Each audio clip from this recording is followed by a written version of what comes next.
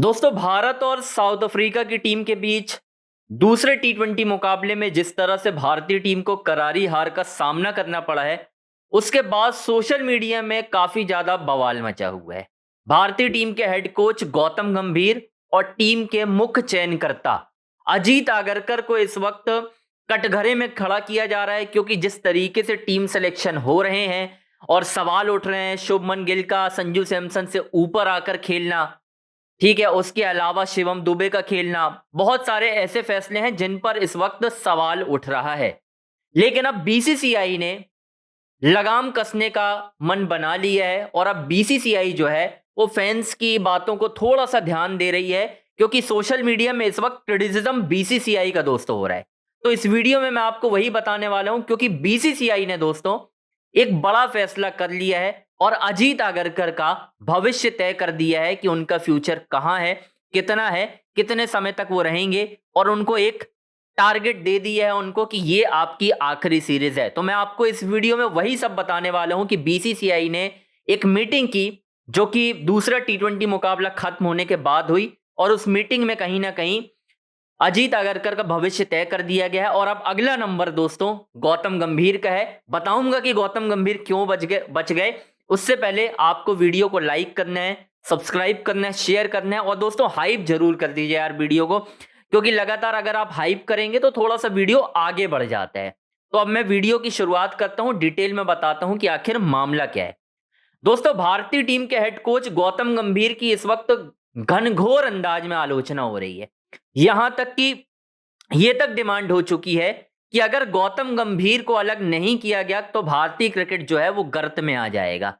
ये बात मैं भी नहीं कह रहा हूं, ये बात और भी लोग कह रहे हैं। मैं एग्जांपल देता हूं रॉबिन उथप्पा का।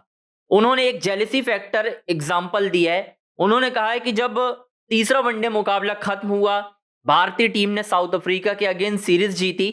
उस सीरीज जीत के बाद भारतीय टीम के हेड कोच दोस्तों प्रेस कॉन्फ्रेंस में आते हैं। अब उस प्रेस कॉन्फ्रेंस में बहुत सारे सवालों के जवाब देते हैं गौतम गंभीर। ज्यादातर तो वो इन बातों का जवाब देते हैं जो उनके ऊपर आरोप लगे थे, और वो अपनी खामियां जो थी उसे छुपाने की कोशिश कर रहे थे। वो क्रिटिसिज्म कर रहे थे कि कोई मेरे बारे में कुछ ना बोले। रॉबिन उथप्पा का कहना है कि मैं हैरान था कि गौतम गंभीर ने आकर प्रेस कॉन्फ्रेंस में रोहित शर्मा और विराट कोहली की दोस्तों बिल्कुल भी तारीफ नहीं की। मैं हैरान था, वो कर सकते थे और करनी भी चाहिए थी, गंभीर ने दोस्तों नहीं की।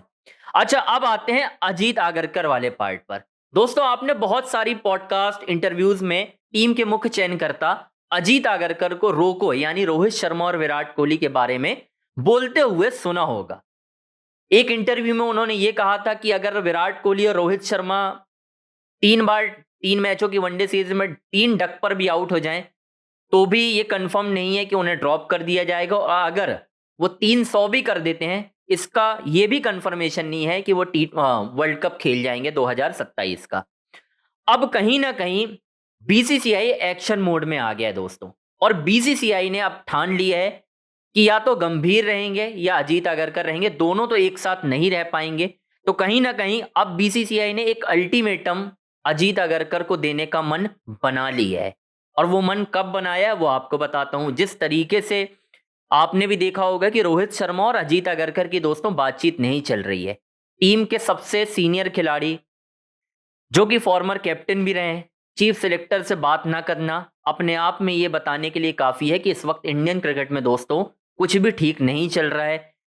एक सीनियर प्लेयर के हेड कोच से बात नहीं चल रही है, और एक सीनियर प्लेयर की चीफ सिलेक्टर से बात नहीं हो रही है। ये दो सीनियर प्लेयर हैं जिनकी, जो एक तरह से हम कहते हैं ना कि बीसीसीआई के मुख्य ऑफिस बेरर टीम मैनेजमेंट, उनसे ही बात ना हो पाना सवालिया निशान खड़े कर रहा है कि इस वक्त टीम इंडिया में क्या चल रहा है। अब मैं कुछ फैसले आपको बताता हूं कि क्यों बीसीसीआई ने एक तरह से अल्टीमेटम दे दिया है अजीत आगरकर को। इसके एग्जाम्पल देता हूं। जिस तरीके से अजीत आगरकर के कुछ फैसले चल रहे हैं उन पर बीसीसीआई ने मंथन किया, जैसे मोहम्मद शमी को फिट होने के बावजूद टीम में ना खिलाना, ये एक बहुत बड़ा फैसला है। अभिमन्यु ईश्वरन को वेस्ट इंडीज के खिलाफ सीरीज साउथ अफ्रीका में ना रखना, कुछ ऐसे सवालिया फैसले हैं उनके जिन पर लगातार ये बातें हो रही थी। और अब बीसीसीआई ने यह मन बना लिया है कि अजीत आगरकर को टी20 विश्व कप 2026 के बाद हटाने का फैसला कर लिया है। अजीत अगरकर का जो कार्यकाल है वो 2026 टी20 विश्व कप तक है।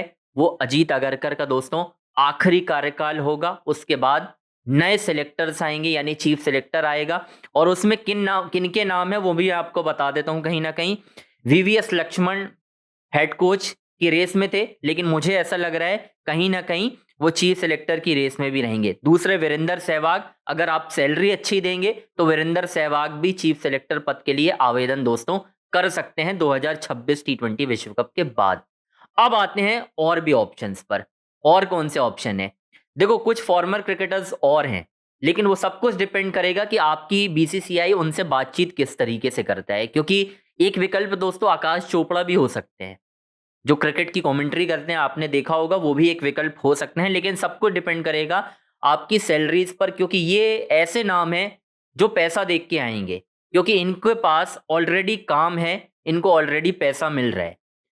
अब अजीत अगरकर की जहां तक मैं बात करूं, देखो ये बात तो बहुत समय से चल रही थी कि अजीत अगरकर को हटाना होगा, और अब बीसीसीआई ने जो मन बनाया वो बिल्कुल सही है। टी20 विश्व कप उनका आखिरी असाइनमेंट तय कहीं ना कहीं माना जा रहा है, और उसके बाद अजीत अगरकर आपको दूर दूर तक भारतीय क्रिकेट में नहीं देखेंगे, क्योंकि उनका कार्यकाल दोस्तों सिर्फ यहां भी नहीं, जिस तरीके से आपने देखा होगा कि दिल्ली में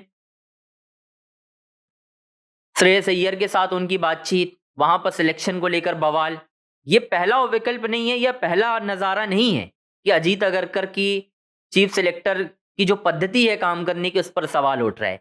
अब आप मुझे बताइए, चीफ सिलेक्टर को कहां होना चाहिए?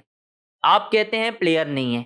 चीफ सिलेक्टर को होना चाहिए डोमेस्टिक क्रिकेट में। अभी सीजन चल रहा है स्मैट, सैयद मुश्ताक अली ट्रॉफी, ठीक है, उसके बाद विजय हजारे होगा, रणजी ट्रॉफी चल रहा है।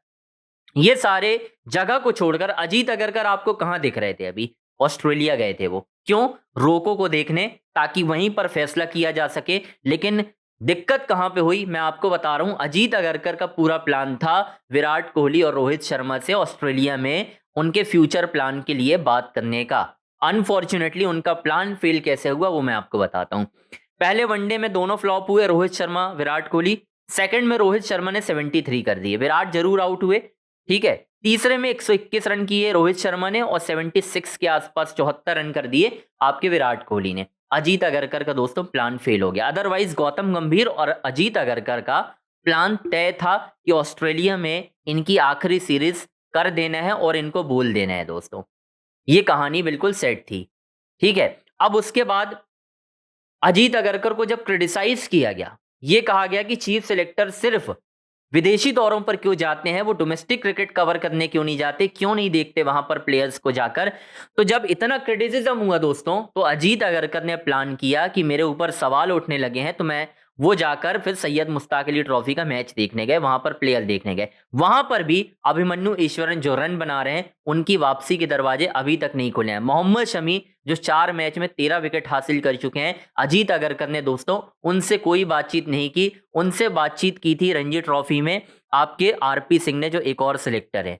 प्रज्ञान ओझा, उनको भेजा गया विराट कोहली और रोहित शर्मा से बातचीत करने के लिए, मध्यस्थता कराने के लिए। ये सारी चीजें क्यों चल रही हैं? इंडियन क्रिकेट में इतना कम्युनिकेशन गैप कैसे हो गया है? कि ये सब जो बहुत सारे कारण मैं आपको बता रहा हूं, इन्हीं सब कारणों की वजह से अजीत अगरकर का पत्ता काट दिया गया है, और उनकी आखिरी जो सीरीज है वो टी20 विश्व कप दोस्तों तय कर दी गई है। अब इस टी20 विश्व कप के बाद नए आवेदन आएंगे, उसमें मैंने आपको विकल्प भी बता दिए हैं कि कौन कौन से विकल्प रहेंगे। इन सारी चीजों पर अब बातचीत होगी। अब दोस्तों आपसे एक ही रिक्वेस्ट रहेगी मेरी कि आपको चैनल को लाइक करना है, सब्सक्राइब करना है, शेयर करना है, और हाइप के बटन पर जरूर क्लिक करना है।